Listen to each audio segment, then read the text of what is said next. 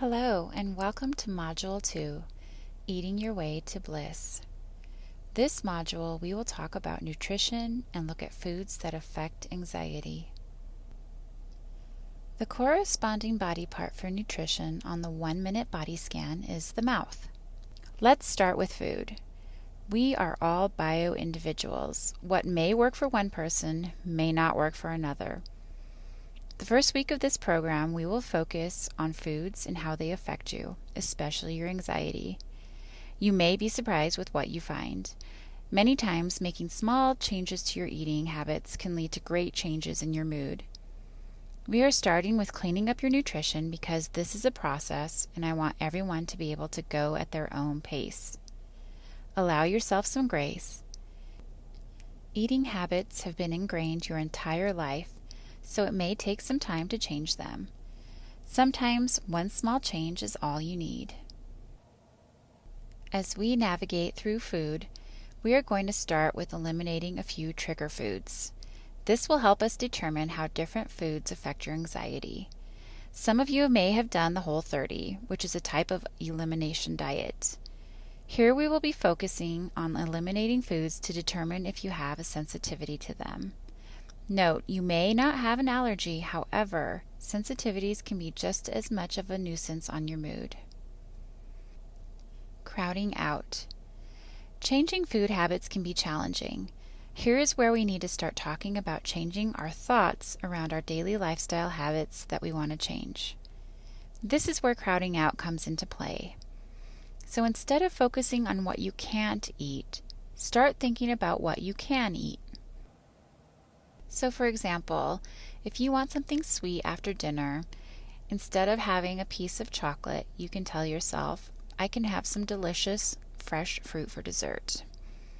We want to think of healthy alternatives to replace the foods we are eliminating. So first we want to move away from the standard American diet. So that means we are going to avoid sugar, foods containing sugar, and white foods. For example, white flour, white rice, white pasta, and other refined grains.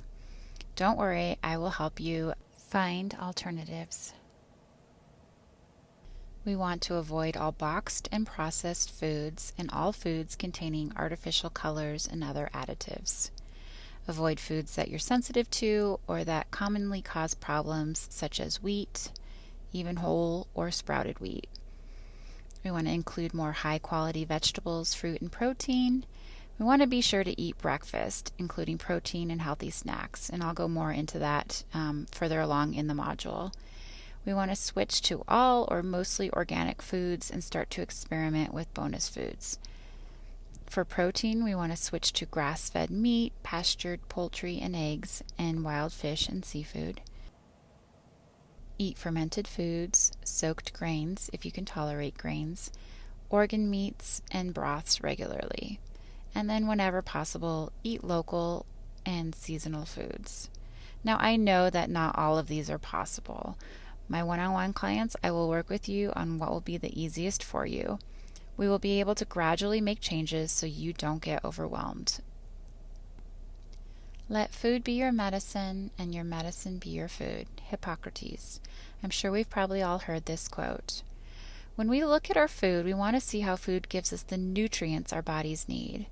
If you have special dietary needs that exclude any of the following, do not fret. We can work with your needs both nutritionally and with natural supplements. Here are some examples of anti-anxiety nutrients we are looking for that can be found in our foods.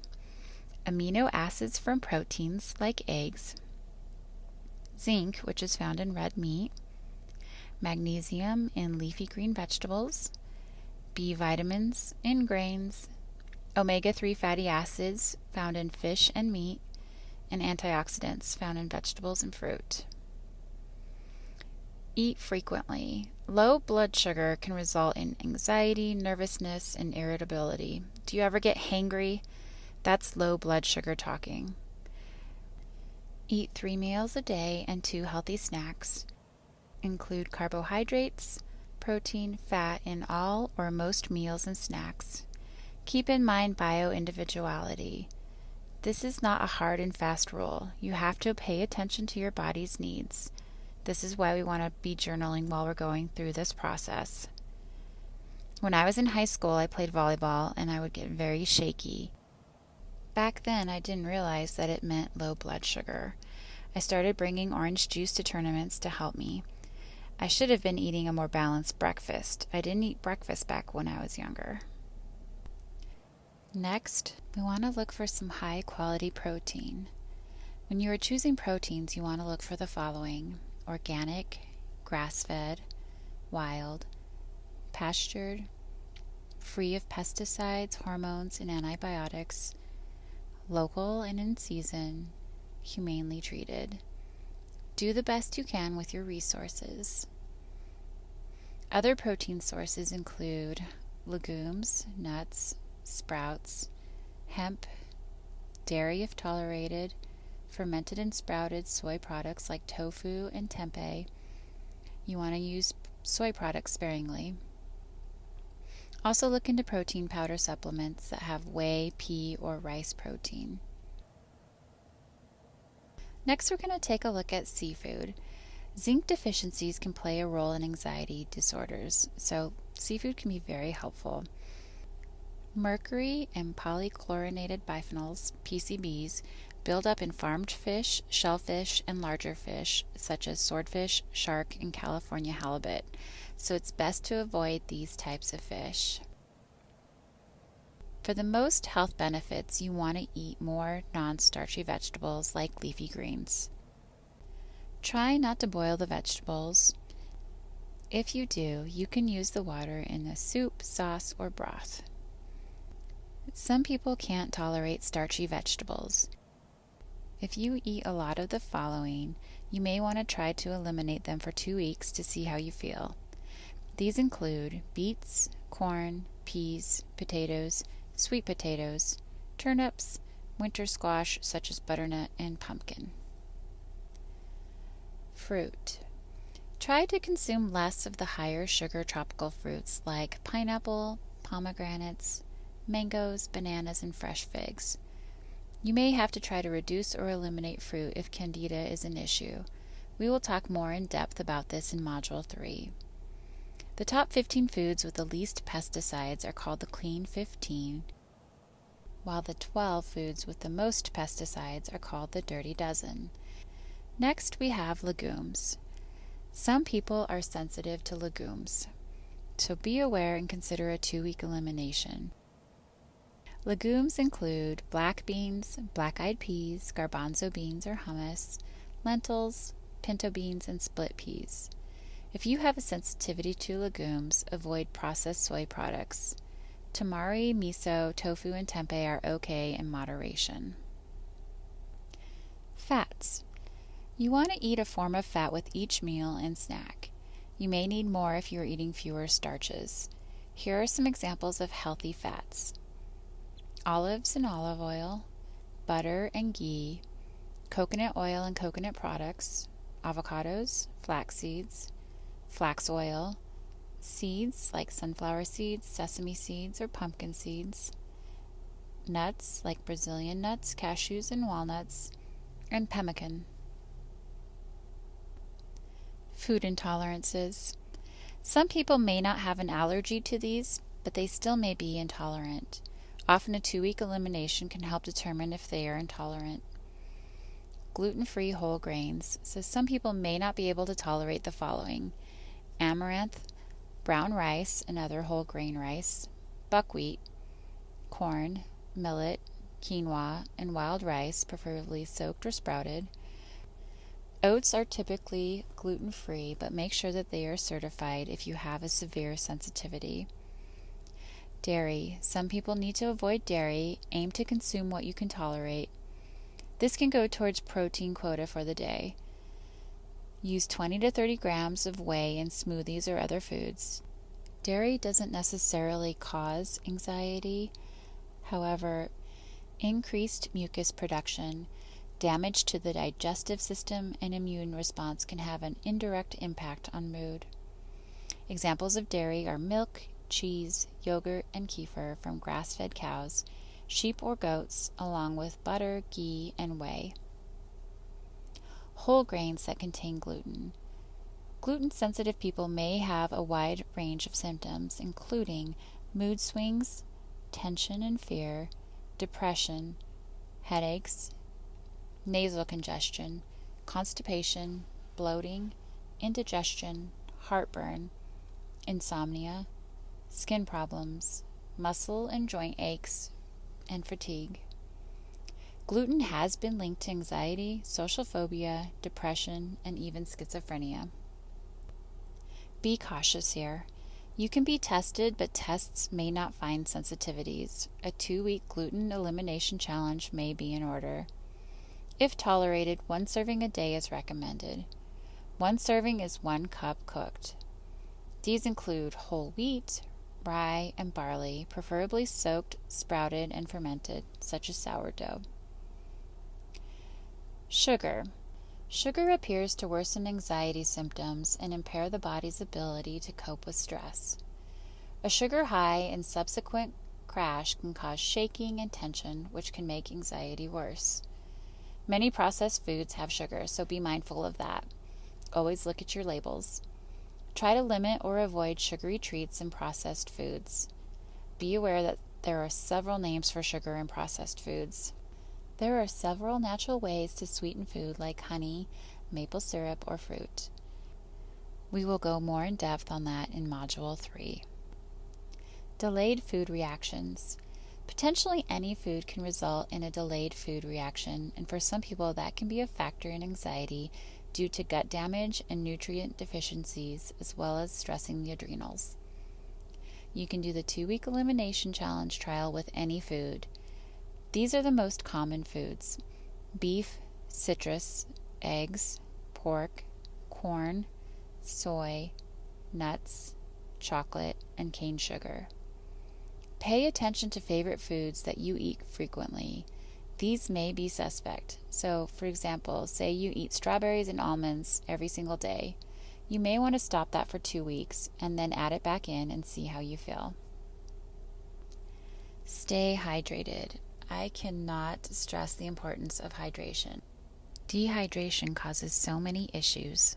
Dehydration also mimics many of the same bodily sensations that anxiety can cause, such as dizziness, muscle fatigue, headache, feeling faint, increased heart rate, and nausea.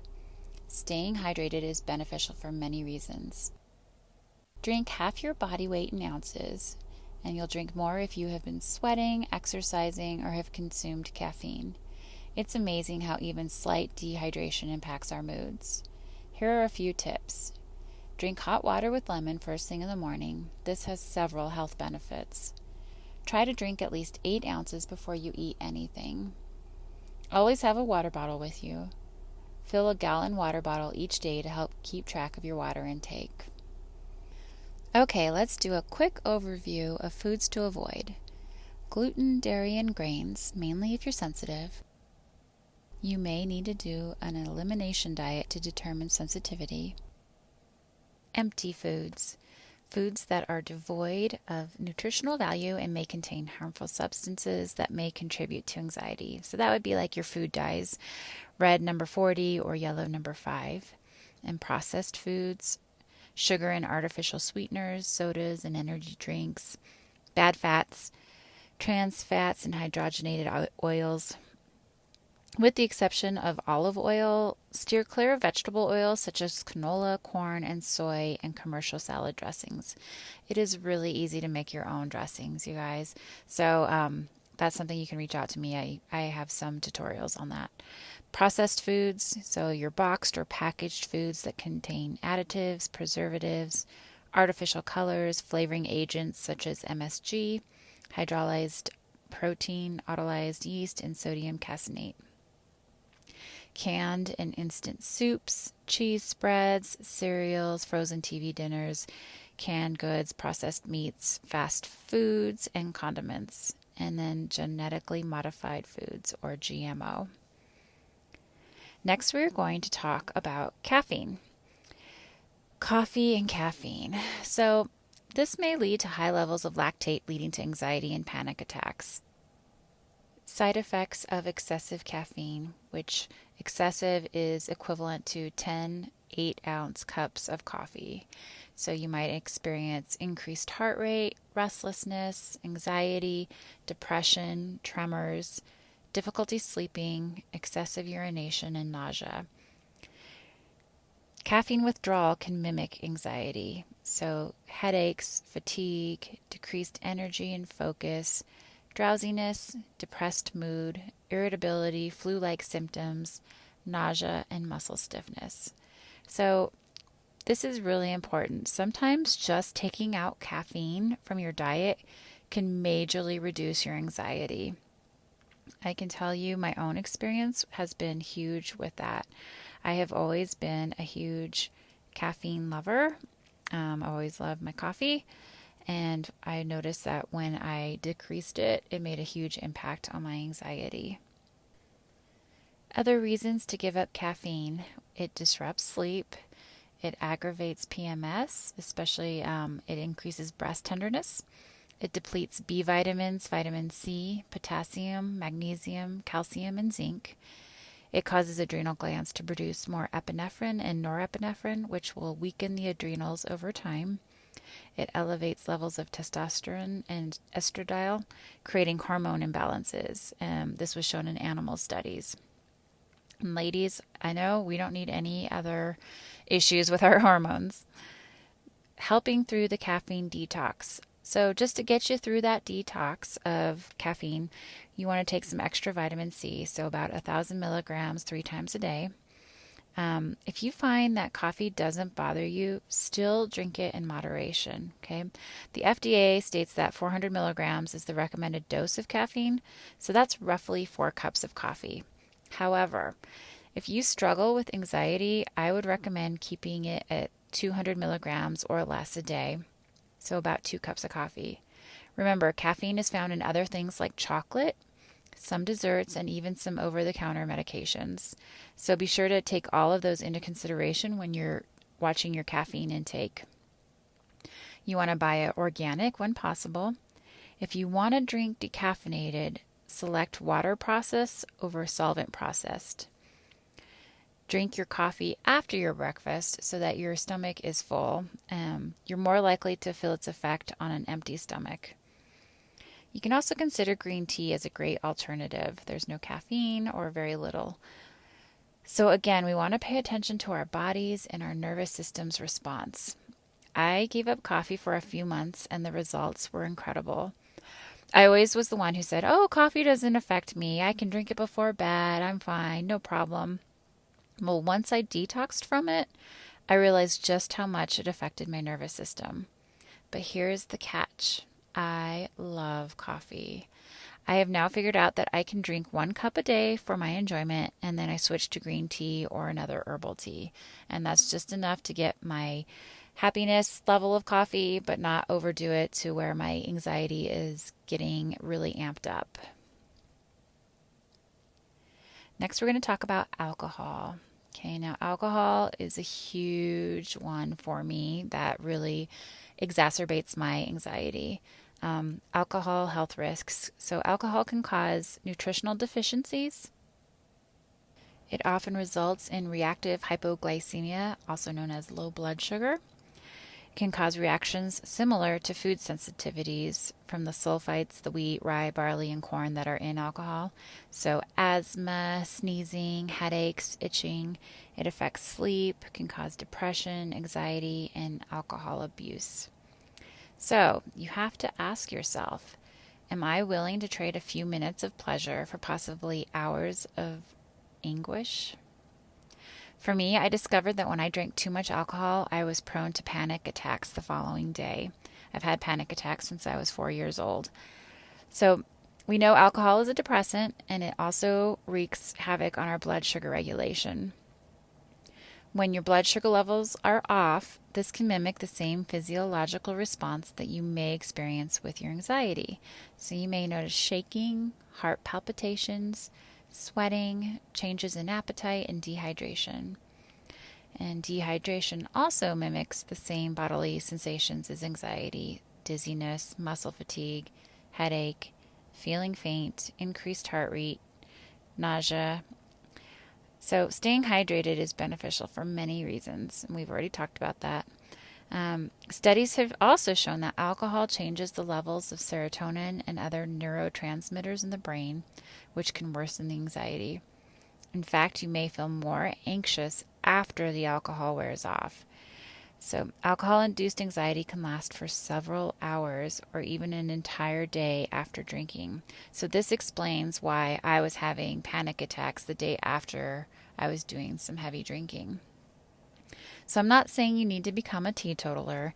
Just take a look at your consumption. Pay attention to your anxiety, especially the day after you've been drinking.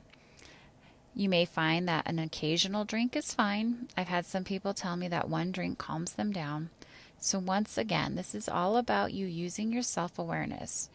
What is the balancing point for you in alcohol? Nicotine. Nicotine increases heart rate and blood pressure. It increases irritability and poor concentration, and it depletes vitamin C, vitamin E, folic acid, and vitamin B. It also reduces appetite and taste perception, resulting in further nutritional deficiencies. So then you're not getting the foods that you need to support your bodily functions. Studies have shown that smokers may have an increased risk of panic attacks and panic disorders. Smoking may temporarily relieve anxiety, but in the long run, it increases nervousness and agitation that resolves upon quitting. How to quit smoking.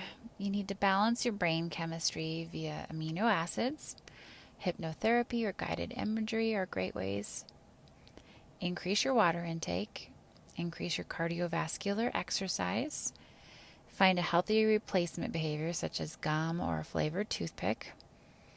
Journal and begin documenting your smoking habits. That way you can really understand when you smoke, why you smoke, how you're feeling when you're smoking. There's so many ways that you can figure out what's really causing you to smoke, and that way this will help you quit. Nicotine leaves the system within 72 hours. Once you get past this time frame, the physical addiction should lessen. Okay, so imagine that you can change your life in just 1 week. Abstaining from caffeine, alcohol, and nicotine can help alleviate anxiety, improve sleep, and overall mood within 1 week.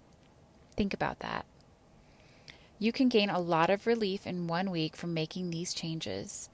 If you balance brain chemistry and address nutrient deficiencies, you won't replace one craving, like caffeine, alcohol, or nicotine, for another, with sugar or carbs, for example. I am supporting you through this. Now we have journaling and verbal reflection questions. So in your journal, you want to answer these questions. After today's lesson, are you willing to give up certain foods to determine if they are affecting your mood? What are some feelings you are having around giving up some foods or lifestyle habits?